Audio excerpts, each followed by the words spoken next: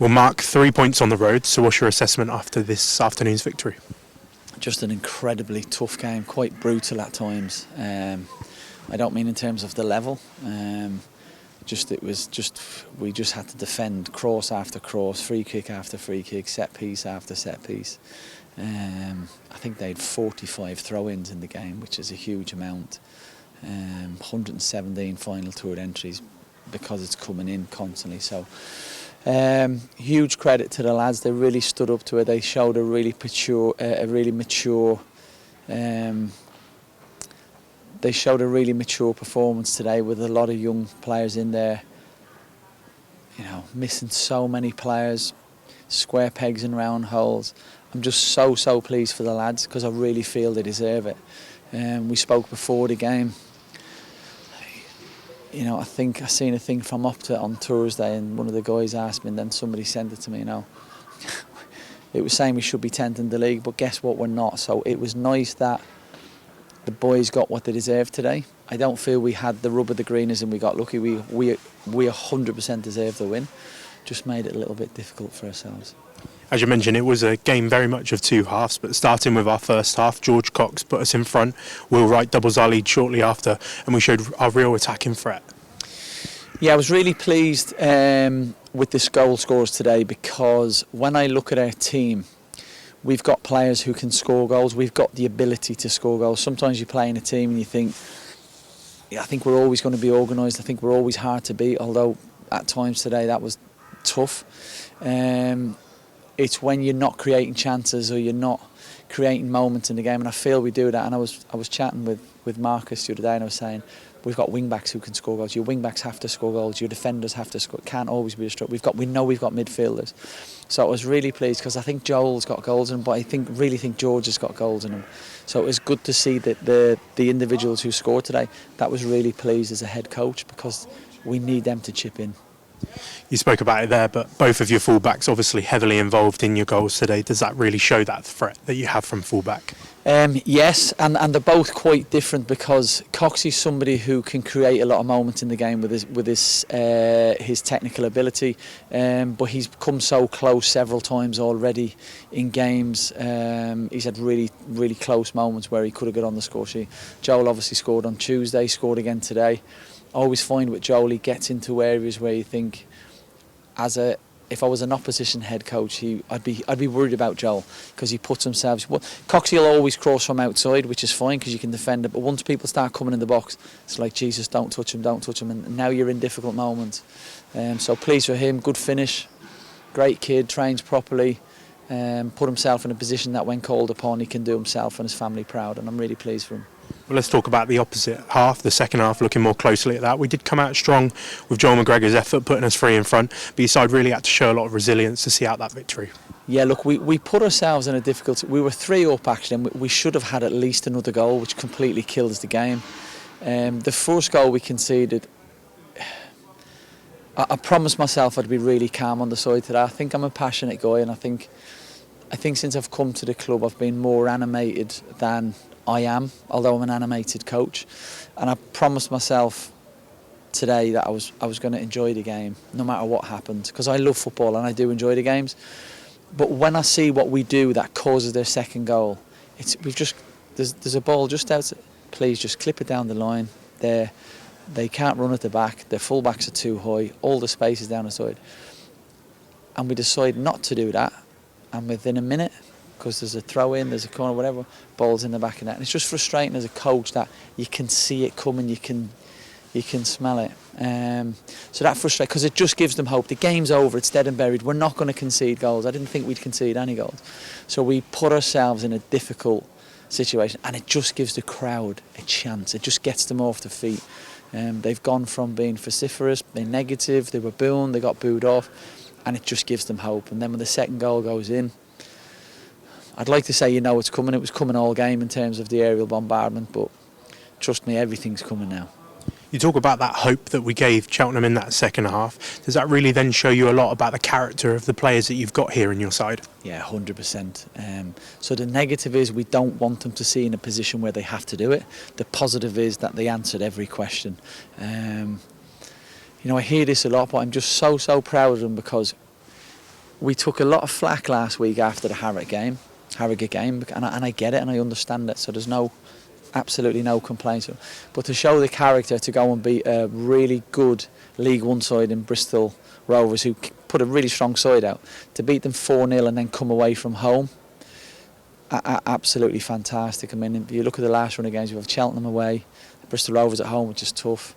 Harrogate, obviously, and before that we've had, Tranmere away as well. So tough fixtures, but I thought the lads got what they deserved. Just so pleased for them.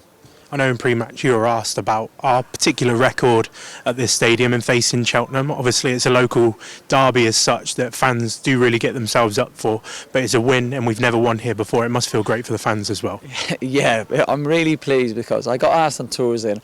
I think sometimes they're really tough questions because you say like you've never won at Cheltenham and you've probably only been in the league with each other, twice or whatever. But I believe that's not the case, and I think we've been beaten quite a lot here. They drew 3, lost 6, I think. So really pleased with the fans. And what was amazing today, when I looked at the stadium, so pleased for our fans, because that was amazing. That was like touching to see that support. Even in the warm-up before the game, the atmosphere, the response the players got. I mean, they talked about it when they came in the dressing room before the game. That was amazing. And because it's a local derby, Cheltenham's fans come out. I mean, it was full house today.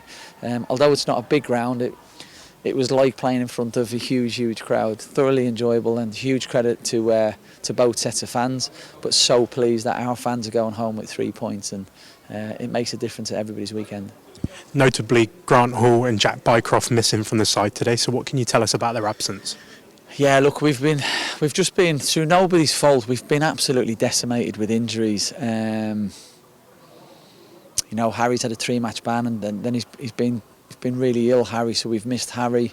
Grant had a reaction in the game on Tuesday, although he's only played 20 minutes. Poor Jack's trained all week, and then yesterday came down with illness, so we missed Jack. So Redmond was involved with us today, and then Aaron Drinnan, who played against Harrogate, just really struggled all week with injury. So we're running with one striker, and we're having to bring Botan on, which is a big ask for him. And you've seen by our substitutes, we're bringing centre halves on, not because we want to defend. We're bringing centre halves on because our options are limited in certain areas, especially because Jay Kane's a fabulous player. We spoke to Dylan about why he wasn't on the bench. Sean McGurk's outrageous talent. Today's not the day for that. It's aerial bombardment, it's set pieces, what's happening in both boxes. So, we then have to put. Ollie's a great example. Ollie started today. He was actually only supposed to play 45 minutes. We've had to grind out another 15 minutes with him. And then we're putting a centre half in midfield. So there's a lot that goes on that happens in the shadows. So I think the staff as well, Marcus and Gavin, Mildy, Joseph, Jackson, they deserve a huge amount of credit for what goes on behind the background, tactically, medically. Performance means it's scientific sports performance. They deserve a huge amount of credit for that, because a lot of people don't see what happens in the conversations that go on. So really pleased for everybody, because we had to maximise everything we had today. Touching on some of those absentees, only one recognised forward on the bench in the squad for Swindon today. Pau Glatzel led the line for your side, but he was able to give 17-year-old Botan Amin his full league debut. Is that a reflection of his performance on Tuesday and the way that he's managed to work his way into the side? Yeah, look, 2 things I'll deal with. Glatz was phenomenal today. The performance he put in today, physically, in terms of using his body, tactical awareness, his numbers instead of his metres per minute, his numbers, his high speed running, absolutely phenomenal job for the team. Then plays our position. I thought he was man of the match for us today in that regard. Botan I'm so pleased for, because he's trained with us multiple times, and when he trains with us he's been very eye catching. We were so he deserves his chance. He deserves to be playing today 100%. I think our hand was forced almost in that we had to put it. I don't want to put him in that, but again, he'd done himself proud. He's in on merit. It's not the game I would have picked for him. Felt our hand was forced in that regard, and I felt we could have maximised his pace a lot more. But he loved it, and he fully deserved and warranted being sat here with the opportunity to come on, and he was excellent when he did. I know you touched briefly on their absences, Aaron, Harry and Kabongo. Are you hopeful that you'll be able to reintegrate them next week? Yes. Yes is the answer. At what level, I don't know yet. It's amazing what can happen in 48 hours. We've had good news in cabs, and I'll say that now because I couldn't answer it on Friday. Harry's over his illness but has lost a lot of weight. And Aaron's injury is quite a difficult one to talk about because it's an impact injury, which is basically it revolves around your pain threshold, what you can deal with. But make no mistake about it, he's in pain. But the good news is he's not had a muscle tear. It's not something that we see being out for a sustained. It's basically when he feels he can withhold that level of pain that he's getting from his calf. Before we talk about our incredible fans, it's great to see Ryan Delaney back out on the pitch and also Ollie Clark able to start today as well. Amazing, so pleased for them. Two of the best pros I've ever come across, and I've come across a lot. Their professionalism, their mindset, their leadership in not being involved in what they support the group with.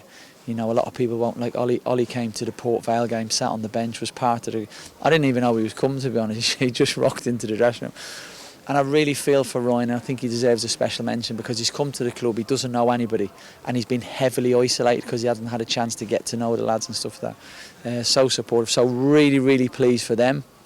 It just kind of highlights and emphasises how hard it is for us. Like, Ryan's on a 20-minute load today. We, shouldn't really be with us, shouldn't really be involved, but hands are tied a little bit. Ollie shouldn't be playing today. In an ideal world, he wouldn't start the game, but just huge credit to them, and it shows how much the club means to them as well.